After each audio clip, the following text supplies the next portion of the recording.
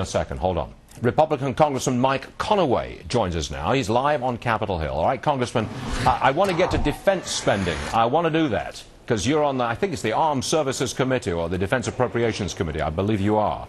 Now, I am, sir. But first, I want to talk about your home state of Texas.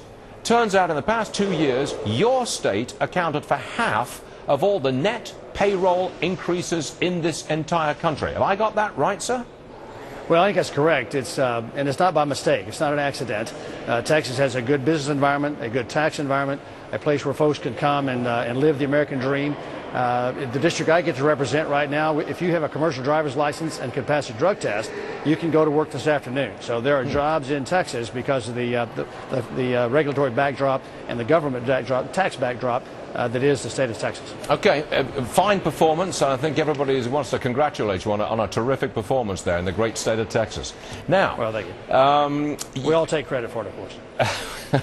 Well, I live in New Jersey. I'm going to try and take some credit for it, okay, because I support that free market position you've got there. Now, I want to talk to you about weapons systems and Pentagon cuts, because that's very much in the public eye at the moment.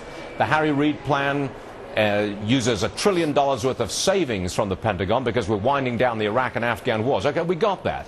But can you tell me if there is a major weapons system that's under attack that could be cut because of these budget negotiations? Well, yes, there are several in the queue. The F-35 and the Littoral Combat Ship, all those kinds of things. But quite frankly, Stuart, the one thing that most every American would agree is that under our Constitution, the federal government should put in place an Army, a Navy, and Air Force to defend this country. We don't do a good job of assessing the broad array of risks and then seeing how we're going to go about addressing those risks. What President Obama is wanting to do is say, here's the amount of money, defend the country with just that amount, as opposed to going the other direction and saying, here are the things that we need to defend against, and here's how we go about doing that. If we then make decisions that we can't afford some of that, then it's a rational, intelligent decision that we make about what we're not going to defend. But the Reid plan does cut defense spending well below what I believe is in the best interest of our country. You wouldn't support that? You don't support those cuts as envisaged by Senator Reid? You don't support them? No, I don't. Okay. You wouldn't vote for the Reid plan? Well, wait a second. The savings that are going to occur because our troop levels are coming down in both Iran and Iraq and Afghanistan, yeah, that's a different issue. What I do disagree with is the sum $866 billion and cuts to the baseline funding for the military over that 10-year window. That's not in the best interest of our country. All right.